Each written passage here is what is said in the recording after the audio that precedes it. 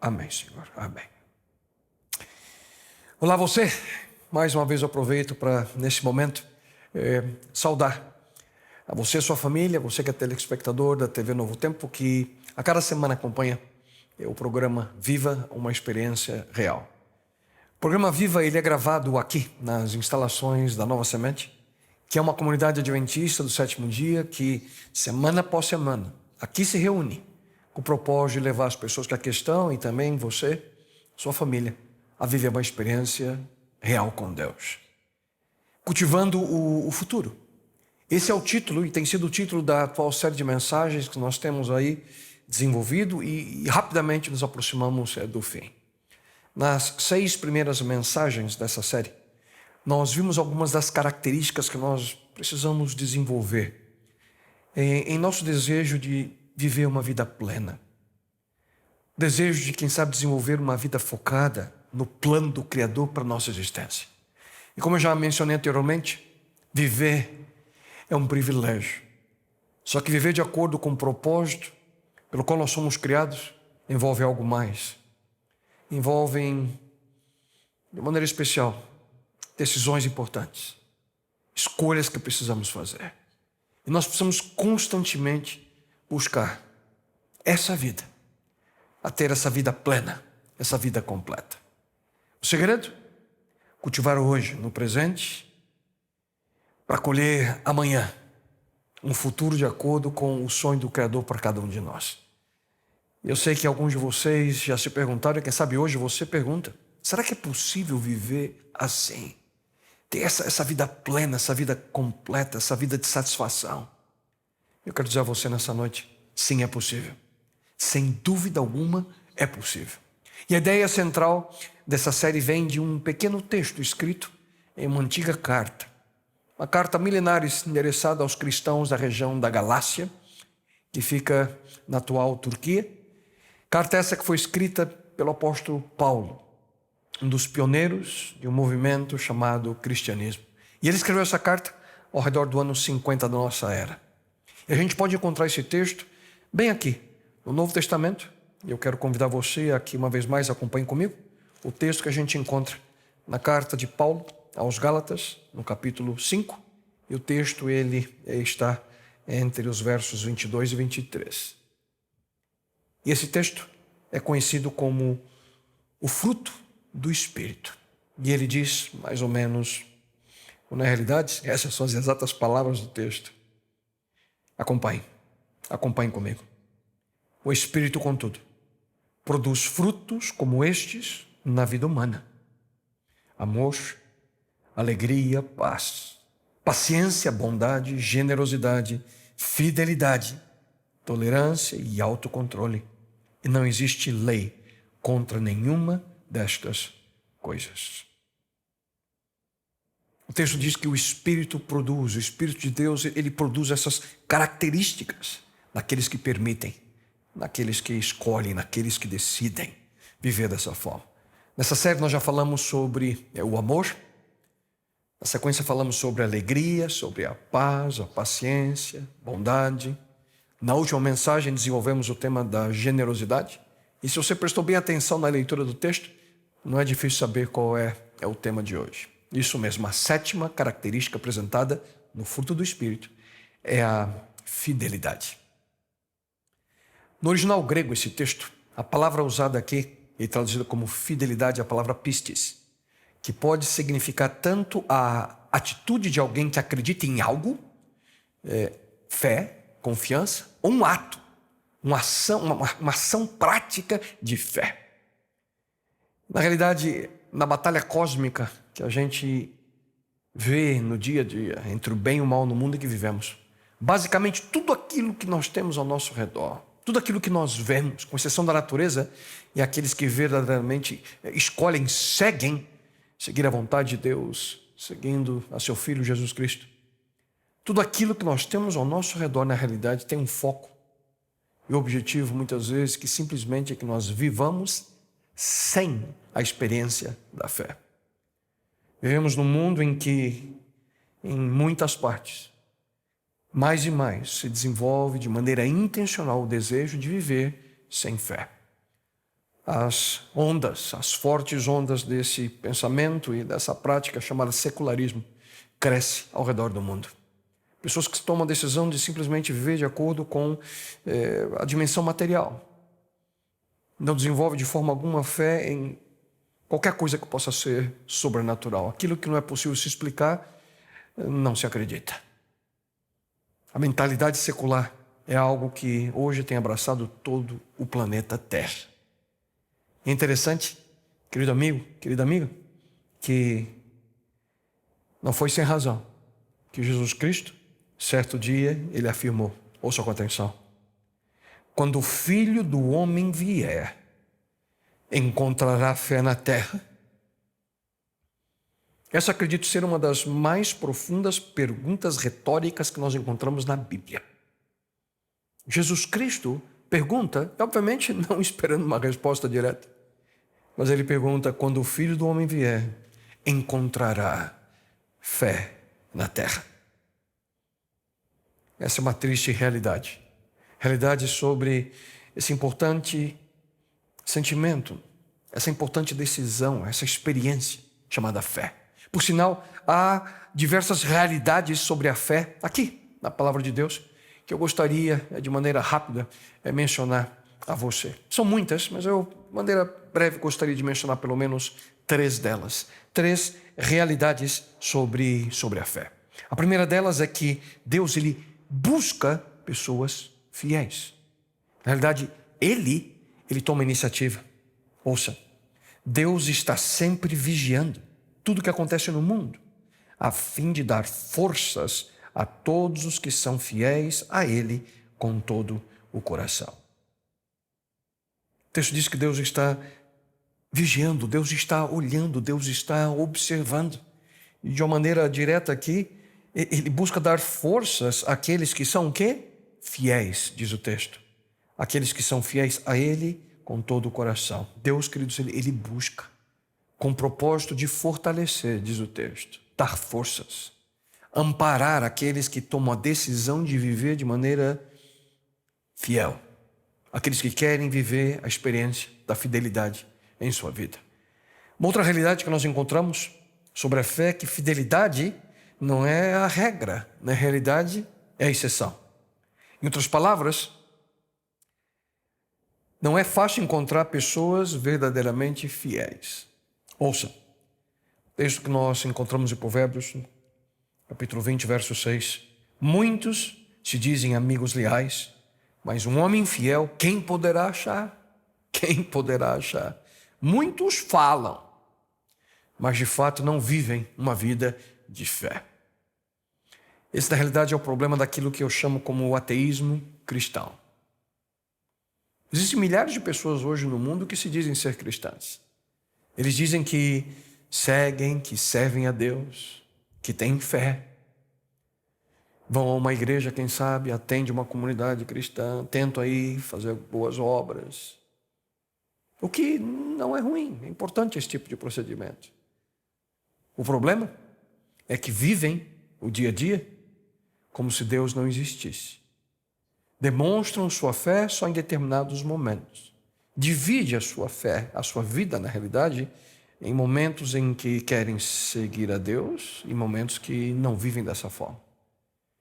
E esse é um aspecto triste que hoje nós vemos ao redor do mundo como uma realidade. E a terceira realidade que eu gostaria de compartilhar com vocês sobre a fé é que fidelidade é a chave para a vitória.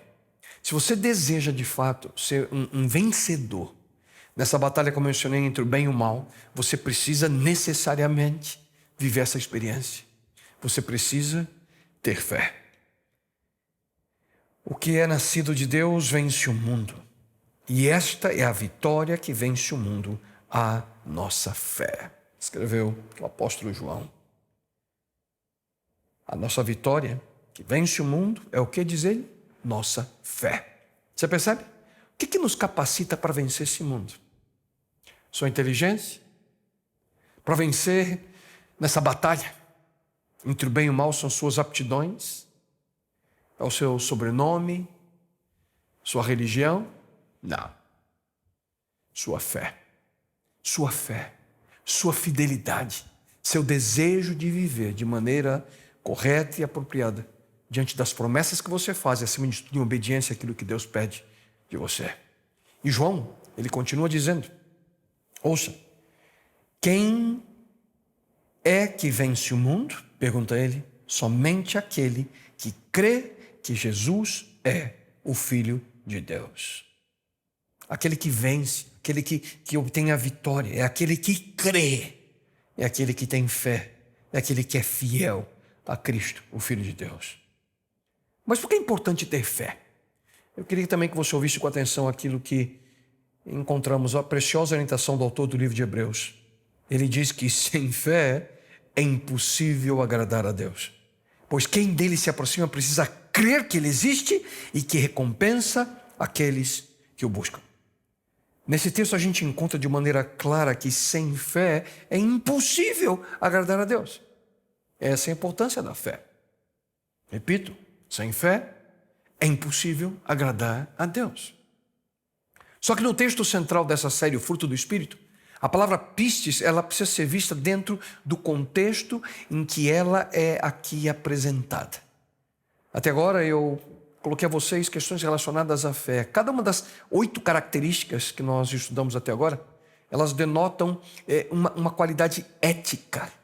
Na verdade, a gente precisa ver a palavra pistis nesse texto através da mesma perspectiva. O que isso significa? Em outras palavras, a característica de alguém que é fiel, de alguém que é leal, aquele que mantém sua promessa, aquele que mantém seu compromisso. Portanto, a palavra poderia ser traduzida nesse texto apenas como fé. Mas é por essa razão que a palavra usada é fidelidade. É o ato, é a característica da pessoa que tem fé. Portanto, fidelidade é a melhor forma de traduzir esse termo, especificamente nesse texto. E ao falar de fidelidade, hoje, nesse momento, a gente podia tomar diversos caminhos. Ao estar pensando sobre como desenvolver o tema, nós poderíamos, por exemplo, tomar o caminho da fidelidade no trabalho, a fidelidade como um cidadão, a nossa fidelidade para com Deus, compromisso que devemos ter com Ele. No entanto, com a sua permissão hoje, eu queria abordar o tema dentro de uma perspectiva diferente. Dentro da perspectiva do relacionamento horizontal entre um homem e uma mulher. No relacionamento conjugal, segundo aquilo que nós encontramos aqui, na palavra de Deus. A união matrimonial foi algo estabelecido pelo próprio Criador, no início de todas as coisas. E eu quero recapitular com você aquilo que nós encontramos lá no comecinho da história humana, no livro de Gênesis, no livro das origens. Acompanhe comigo a leitura daquele momento em que o próprio Criador toma a decisão de criar essa união. Então o Senhor Deus declarou: não é bom que o homem esteja só. Farei para ele alguém que o auxilie e lhe corresponda. Então o Senhor Deus fez o homem cair em profundo sono, e enquanto este dormia, tirou-lhe uma das costelas, fechando o lugar com carne. Com a costela que havia tirado do homem, o Senhor Deus fez uma mulher e o trouxe a ele. Então disse então ao homem, esta sim é osso dos meus ossos e carne da minha carne. Ela será chamada mulher, porque do homem foi tirada. Por essa razão, o homem deixará pai e mãe e se unirá à sua mulher, e eles se tornarão uma só carne. Queridos, esse foi o plano original de Deus para a família. Esse foi o plano original de Deus para que nós dessemos início ao relacionamento como seres humanos. E hoje a gente vê essa instituição, a família, sofrer em todo o mundo. Infelizmente, pela crise causada pela pandemia da Covid-19, principalmente em virtude da necessidade de isolamento social, essa realidade impôs a muitos casais a convivência mútua ali, a ficarem juntos por muito tempo, por tempo integral. Resultado, Hoje a gente vê o resultado dessa decisão de que muitos ficassem confinados dentro de suas casas. Aqueles que estavam bem no seu relacionamento, aqueles que estavam bem no seu casamento, fortaleceram mais a sua união. Mas quem estava com problemas crônicos antes da pandemia, os problemas que surgiram e as dificuldades que muitos hoje enfrentam. Muitos hoje enfrentam. O problema do divórcio na pandemia. Para muitos casais, na realidade, o aumento dos problemas ligados à saúde mental, ligados à pandemia, começou a desempenhar um papel direto na decisão por separar-se, a decisão do divórcio. De acordo com alguns estudiosos, a pandemia criou um turbilhão existencial, que na maioria dos casos só aumentou. Exacerbou ali as questões que os casais poderiam ter ignorado anteriormente, ou algo que eles tentavam ignorar. Mas no momento que se encontraram presos agora dentro da sua casa, chegou o momento que já não dava mais para ignorar. Pra você ter uma ideia, na Inglaterra, eu tenho aqui alguns dados interessantes que quero compartilhar com você. Entre julho e dezembro do ano passado, 2020, ano passado, o aumento do divórcio durante esse período de julho a dezembro foi de 122%, quando comparado ao mesmo tempo, ao mesmo período no ano anterior, em 2019.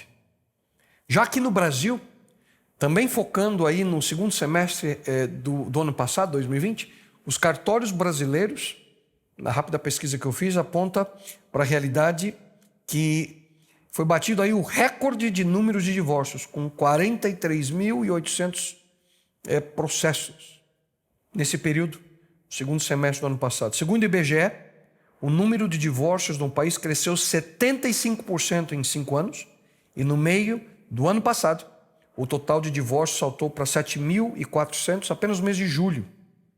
E, segundo o dado, um aumento de 260% em cima do mesmo período, como média dos últimos meses, dos meses anteriores.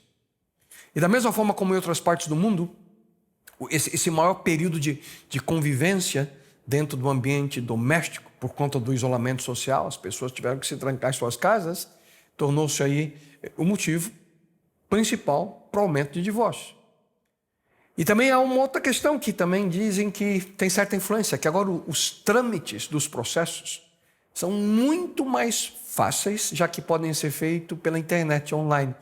Eu fui no Google rapidinho e digitei 2 palavras. Eu coloquei ali, por favor, não que eu precise, ao contrário.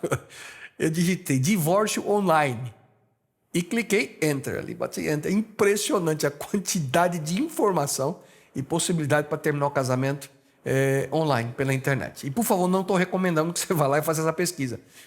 Só para que você tenha ideia, a quantidade de opções que existem hoje para esse caminho que é o mais fácil, simplesmente terminar a relação. Entre as principais razões para o divórcio hoje em dia, a lista realmente ela não tem se alterado muito durante os últimos anos, mas é traição, ciúme, problemas financeiros e a famosa, como dizem por aí, incompatibilidade de genes.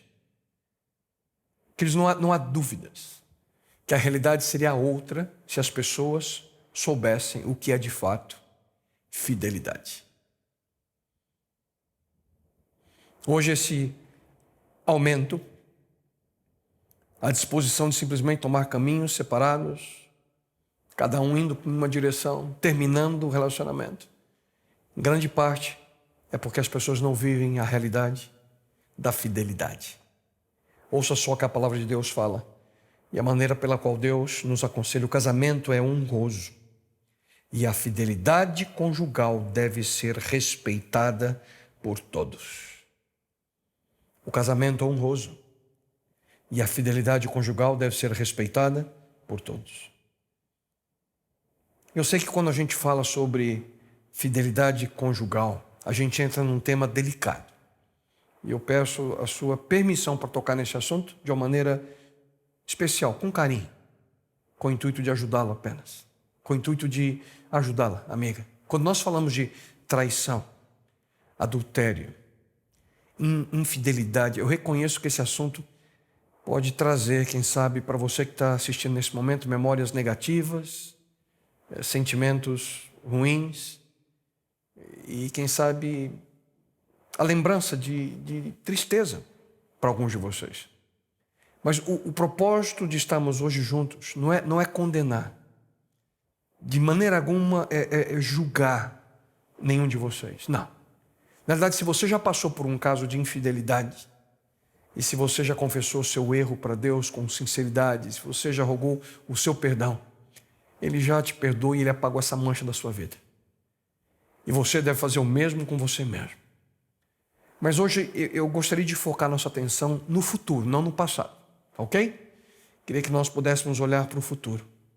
O principal objetivo dos próximos minutos é apresentar o plano de Deus para a família. E como que a fidelidade se encaixa no propósito de Deus. Como que a fidelidade está nesse plano, o plano que Ele tem para cada um de nós, como seres humanos, dentro do contexto da família. Deus é um ser que se deleita na alegria. Deus, ele criou diversos meios que nos levam a viver a alegria. Deus criou meios para que nós pudéssemos sentir prazer. E entre esses meios, nós podemos chamar como presentes de Deus para nós, está o relacionamento sexual.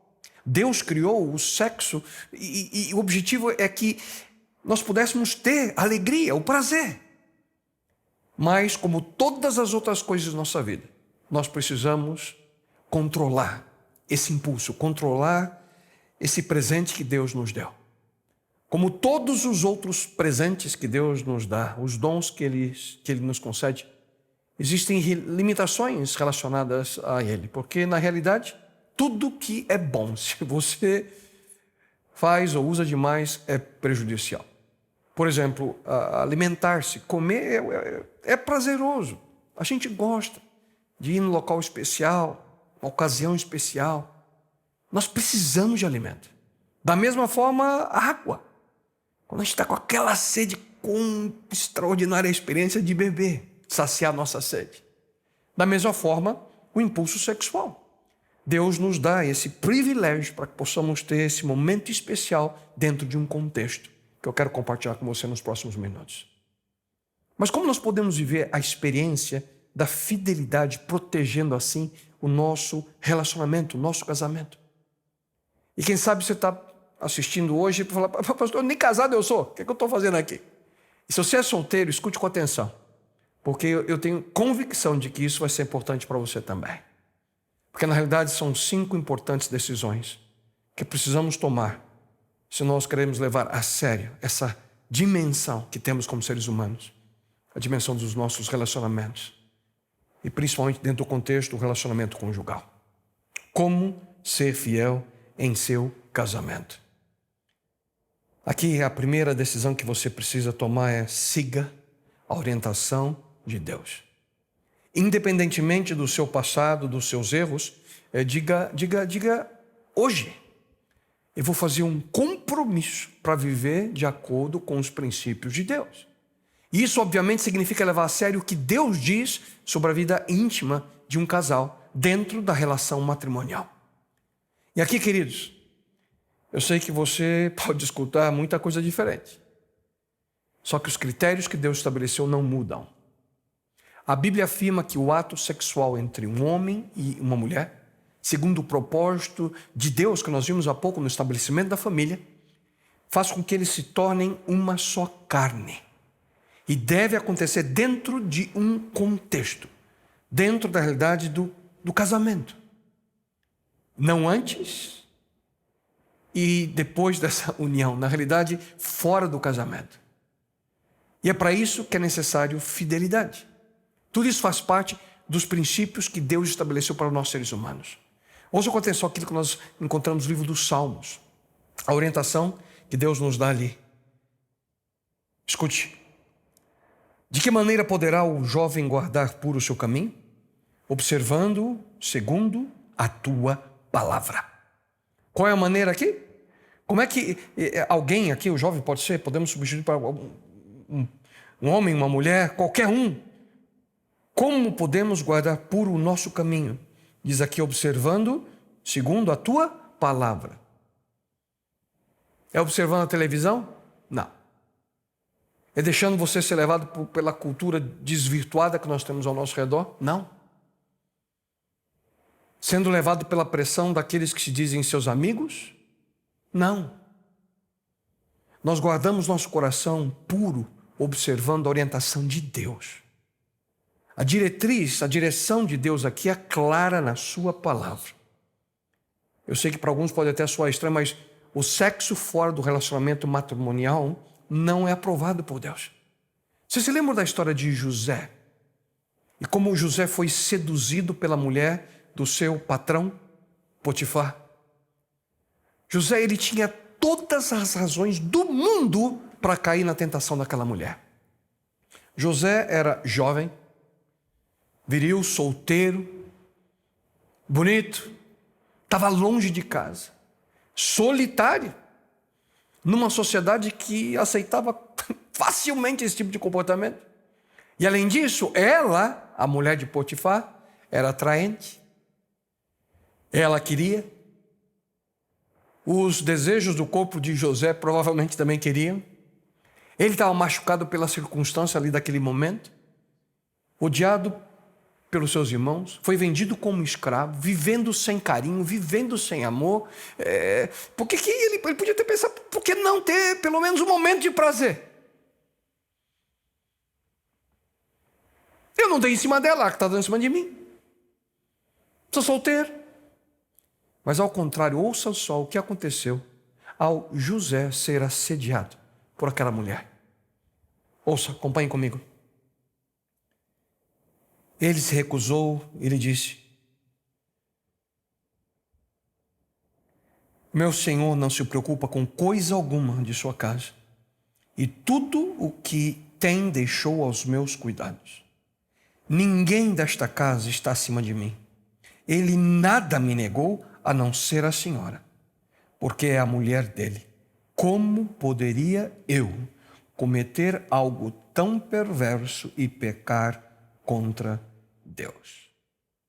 Isso foi o que ele disse para a mulher de Potifar. A Bíblia diz que ao ser tentado, José virou-se e fugiu. Saiu correndo. E talvez é isso o que muitos precisam fazer, aprender a fazer, não importando o que os outros pensem. Mas eu sei que alguns pensam, mas a minha esposa, meu marido não está mais satisfazendo minhas necessidades. Isso não é desculpa. Busque auxílio. Busque auxílio para solucionar esse problema. Busque ajuda. A palavra de Deus diz: seja fiel à sua esposa e dê o seu amor somente a ela. Isso, queridos, aqui não é uma sugestão. Esse é o problema. As pessoas às vezes leem a Bíblia e essa é a sugestão. Não é a sugestão de Deus. Essa é uma ordem de Deus. Nós precisamos levar a sério a orientação que Ele nos dá. E esse é o primeiro passo que precisamos tomar se nós queremos realmente viver protegendo o nosso casamento. Eu quero só abrir um parênteses aqui. No texto que li minutinhos atrás sobre José, você se lembra o que ele disse no final para aquela mulher? Como faria eu algo tão perverso e pecar contra o seu esposo? Foi isso que ele disse? Não. Ele diz: como eu podia fazer algo tão perverso e pecar contra Deus?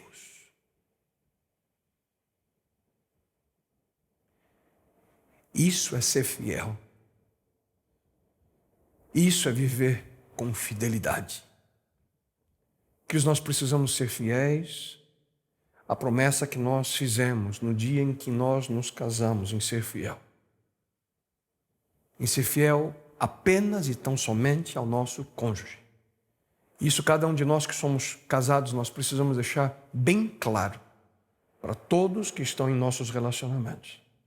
Todos precisam saber que nós não estamos mais disponíveis no mercado. Todos precisam saber que nós já saímos da prateleira. Esse ano é um ano especial para mim e para a Nereida. Estamos completando 30 anos de matrimônio, 30 anos de casamento. E eu amo minha esposa mais do que qualquer pessoa nesse mundo. E eu faço questão de que todos saibam disso. para que nenhum tipo de gracinha aconteça. Nós precisamos deixar bem claro que nós estamos absolutamente fora de alcance. É pela sua atitude dizer sem chance. E nada de ficar flertando por aí pensando, mas isso aqui é inofensivo, isso aqui é inocente. Pelo contrário, conheço diversas histórias. Aqueles que brincam com fogo, como é que diz o ditado? Não é aquele que brinca com fogo, é aquele que se queima. Portanto, siga a orientação de Deus quanto à maneira de se portar em seus relacionamentos, principalmente dentro da relação matrimonial. Isso não é tudo. É importante você também considerar uma segunda decisão, que é considere as consequências da infidelidade. A primeira delas, siga a orientação de Deus. A segunda, considere as consequências da infidelidade. Você precisa se lembrar e considerar o que é a devastação e a destruição que o pecado sexual pode causar.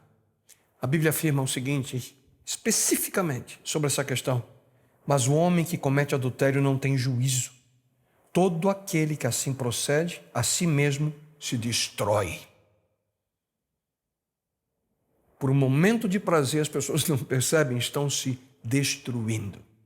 Nada destrói mais nossas emoções do que o pecado sexual. Nada. Sabe por quê? Porque deixa cicatrizes permanentes. Permanentes. O sentimento de perda afeta todas as pessoas envolvidas. E como pastor, eu sei exatamente o que eu estou dizendo, querido. Querida, quão triste é ver alguém andando nesse caminho e desesperado dizer: como eu queria que nada disso tivesse acontecido. Como eu queria que a minha decisão tivesse sido outra no passado. Mas o adultério custará ao homem sua própria vida. A palavra de Deus é muito clara e direta nesse assunto. Mas, infelizmente, muitos não querem escutar o conselho de Deus.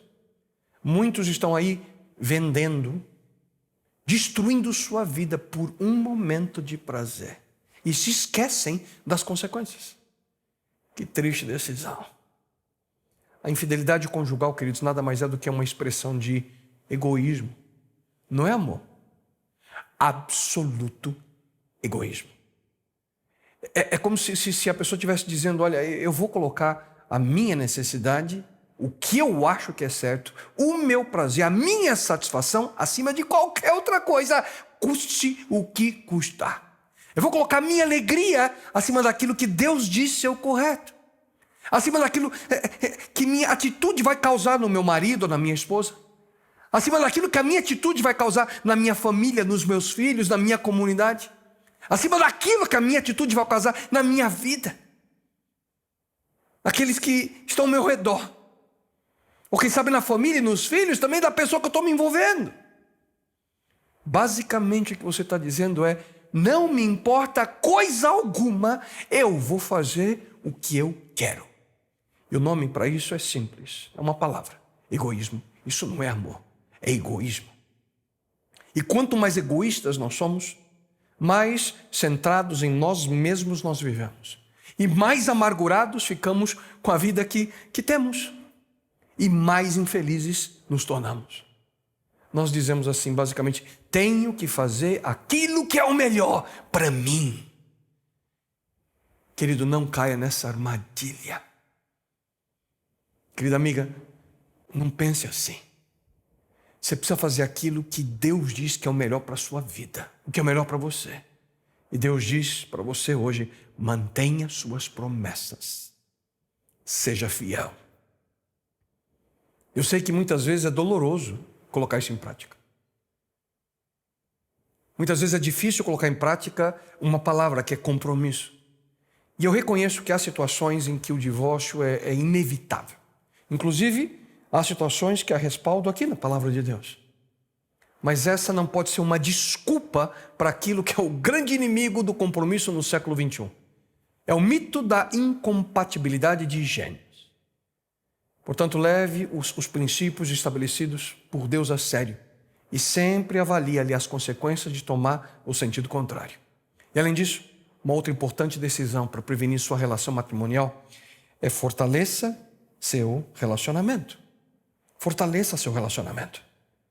Um relacionamento sábio, que cresce com o tempo, e vai reduzir, sem dúvida alguma, a tentação e a atração causada por essa possibilidade de viver a experiência do adultério.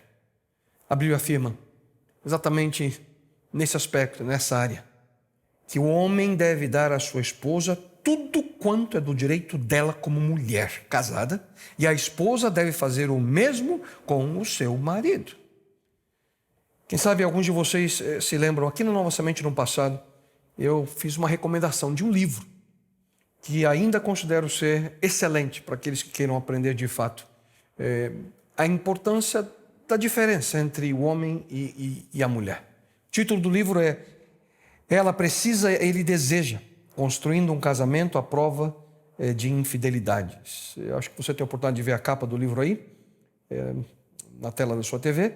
Esse livro foi escrito pelo Dr. Willard Harley Jr. E nesse livro o Dr. Harley ele apresenta as 5 maiores necessidades do homem e as 5 maiores necessidades da mulher no relacionamento matrimonial. Eu realmente recomendo a leitura desse livro. É um pouco antigo, mas ele ajuda muito aqueles que buscam melhor entender a como viver de tal forma para proteger a sua relação, o seu casamento, colocando ele à prova da infidelidade. E aqui vai a lista das maiores necessidades da mulher e do homem na relação matrimonial. Lista das mulheres. Aqui as 5 principais necessidades, o que ela precisa. Número 1, afeto. Na sequência, é na ordem aqui. Número 2, diálogo.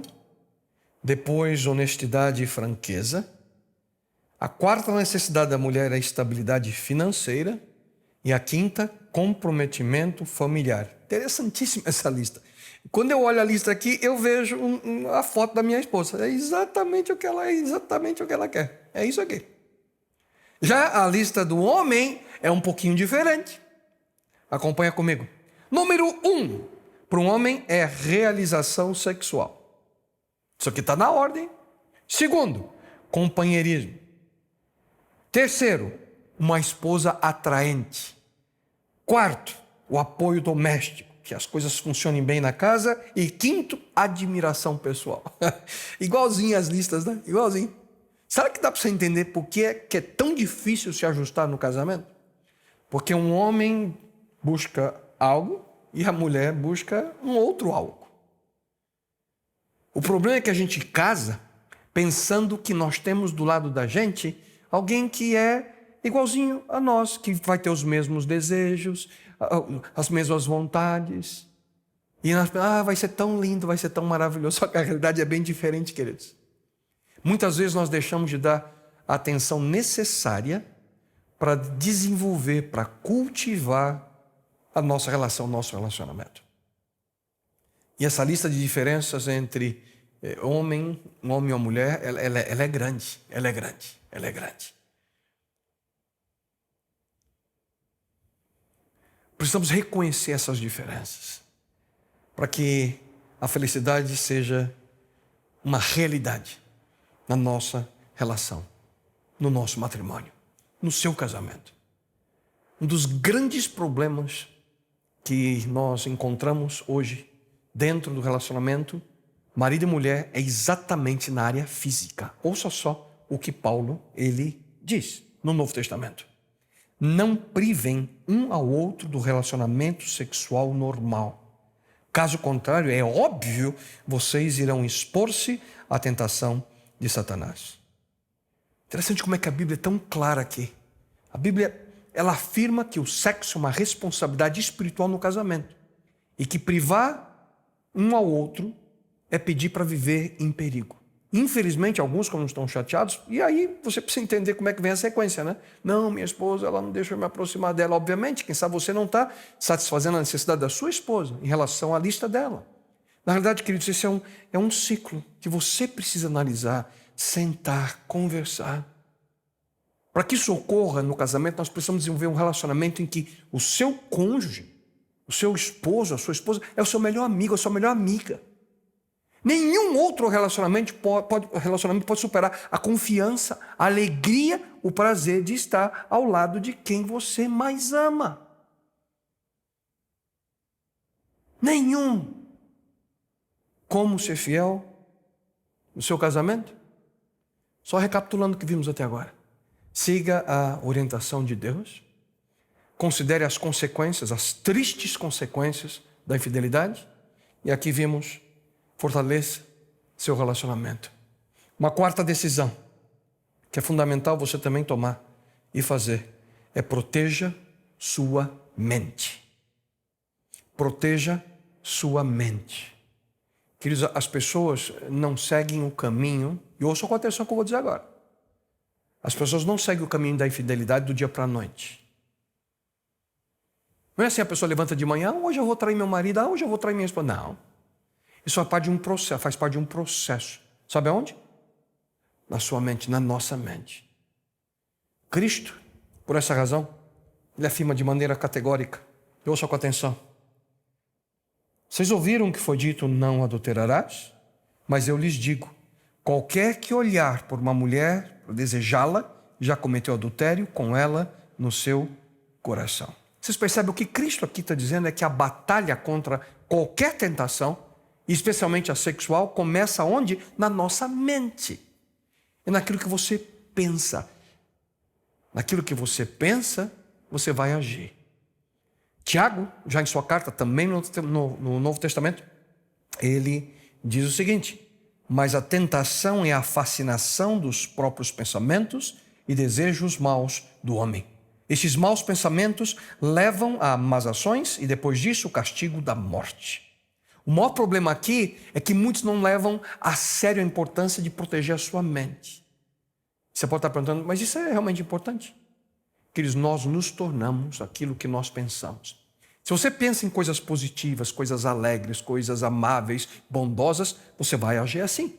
Se você pensa em coisas obscenas, sujas, imorais, vai ser o caminho que você vai tomar. Esse vai ser o tipo de pessoa que você vai se tornar. E aqui é o perigo de uma mente ociosa. Ficar vagando, sem ter atividades. Sério perigo em nossos dias. E é por essa razão também que Deus afirma: vire as costas para os desejos turbulentos da juventude e dê atenção total à bondade, à integridade, ao amor e à paz. Há outra passagem que o apóstolo Paulo também nos aconselha: quero que sejam sábios a respeito do que é bom e não tenham nada a ver com o que é mal. E ele não para aí. Outro conselho direto que recebemos da palavra de Deus é: encham a mente de vocês com tudo o que é bom e merece elogios. Isso é, tudo que é verdadeiro, digno, correto, puro, agradável e decente. Pensem nessas coisas. Proteja sua mente da influência do mal. Você acha que esses conselhos foram dados por Deus à toa? Se eu não protegemos a nossa mente da influência do mal, a gente vai ser levado por esse processo da imoralidade. E a gente não tem mais controle sobre os nossos pensamentos. As pessoas que tomam esse caminho têm sua mente, seus pensamentos constantemente levados por pensamentos que o afastam exatamente do propósito e do sonho de Deus a nós como seres humanos. E a última decisão que eu quero compartilhar com você hoje é: se você quer, de fato, viver a experiência de ser fiel em seu casamento, só recapitulando, a primeira coisa que eu mencionei foi siga a orientação de Deus. Segundo aspecto, considere as consequências da infidelidade. Na sequência, falei sobre a importância de fortalecer o seu relacionamento, entender melhor a sua esposa, ajudá-la que possa melhor, quem sabe, também entender você. Falei sobre a importância de proteger a sua mente. E para concluir, mantenha os limites. Mantenha os limites. E aqui eu gostaria que você tivesse seus ouvidos bem abertos. A maioria dos casos de infidelidade conjugal ocorrem não com estranhos. Geralmente acontecem com amigos, colegas de trabalho, com pessoas que estão próximas. Pessoas que, de certa forma, começam ali a desenvolver um certo nível de confiança.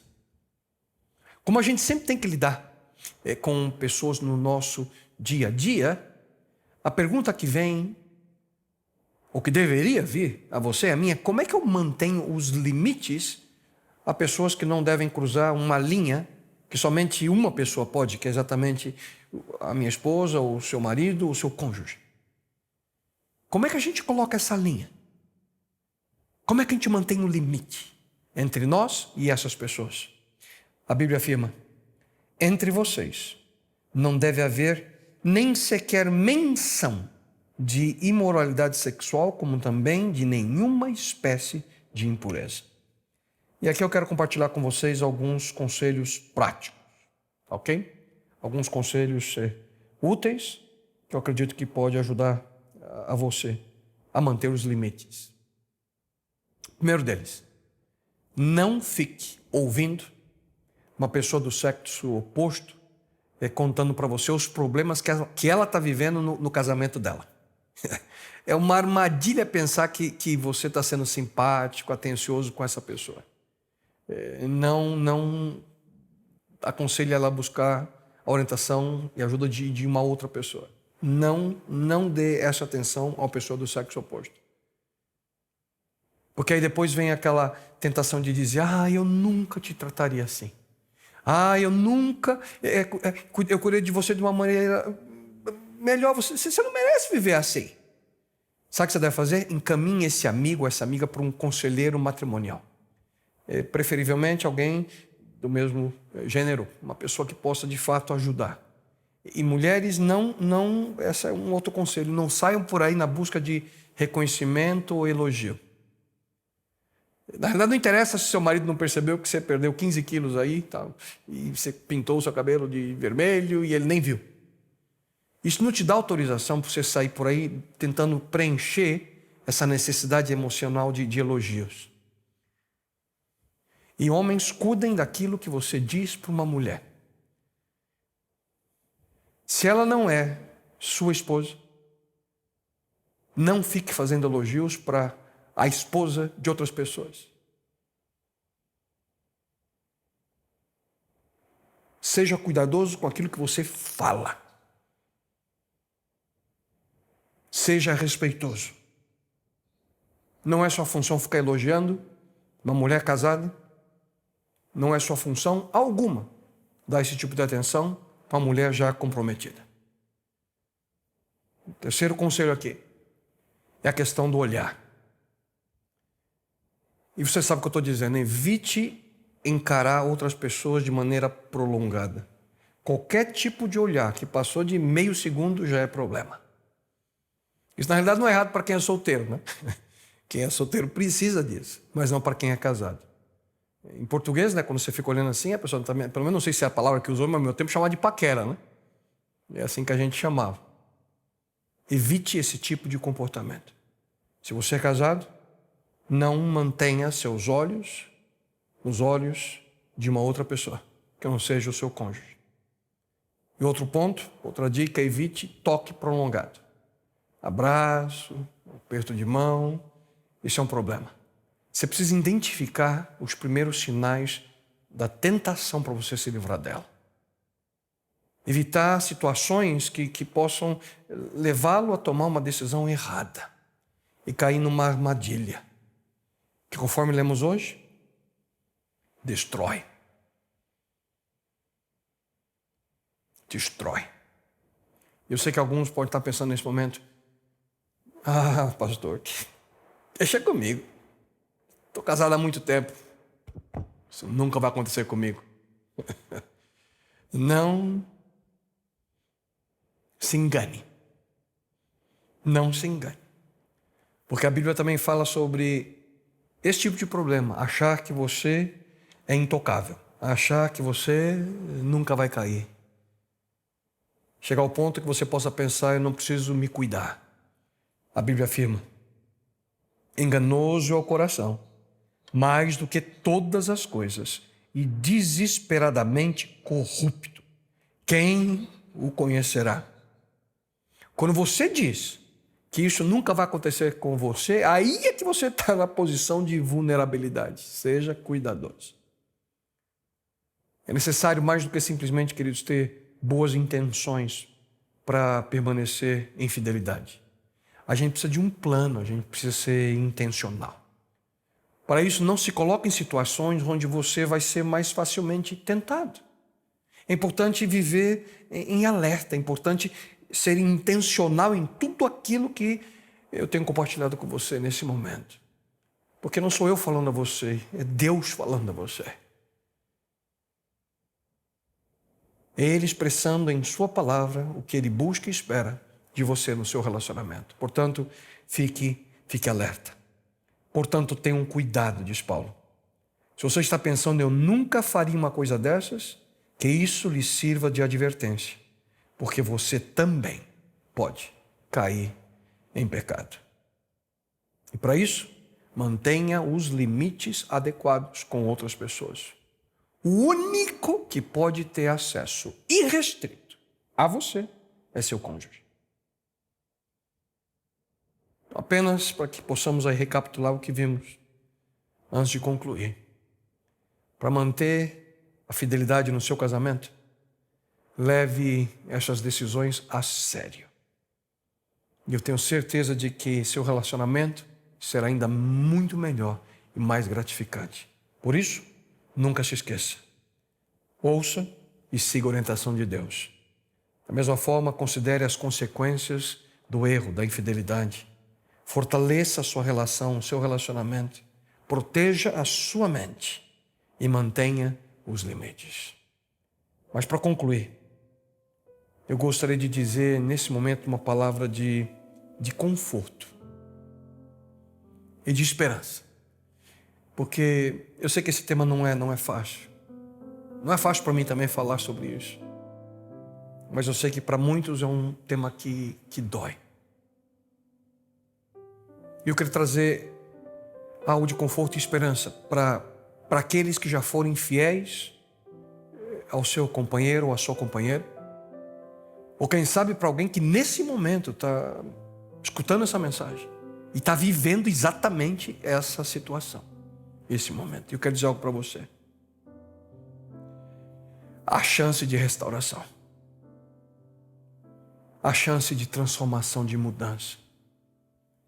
Você pode, hoje, ir a Jesus Cristo na busca de perdão, na busca de purificação.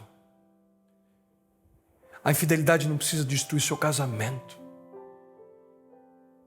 Mas para isso, em primeiro lugar, você tem que reconhecer seu erro. Reconhecer que aquilo que você está fazendo não está certo. Você precisa admitir seu pecado.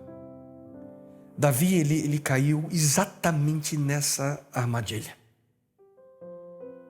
Davi, um homem que a Bíblia diz que era segundo o coração de Deus, ele caiu exatamente nesse erro. E um dos mais extraordinários capítulos da Bíblia, que fala exatamente sobre o desejo de restauração, sobre o desejo de ser transformado, o desejo de se reerguer, o desejo de viver uma segunda chance exatamente nesse tema, nesse assunto, a relação com uma outra pessoa. Davi, ele escreveu o seguinte, ouça: tem misericórdia de mim, ó Deus, por teu amor. Por tua grande compaixão, apaga as minhas transgressões. Lava-me de toda a minha culpa e purifica-me do meu pecado. Pois eu mesmo reconheço as minhas transgressões e o meu pecado sempre me persegue. Contra ti, só contra ti pequei e fiz o que tu reprovas, disse Davi. De modo que justa é a tua sentença e tens razão em condenar-me. Esconde o rosto dos meus pecados e apaga todas as minhas iniquidades.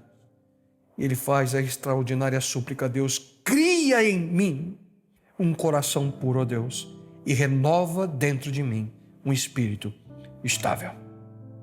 Queridos, a oportunidade para a restauração existe.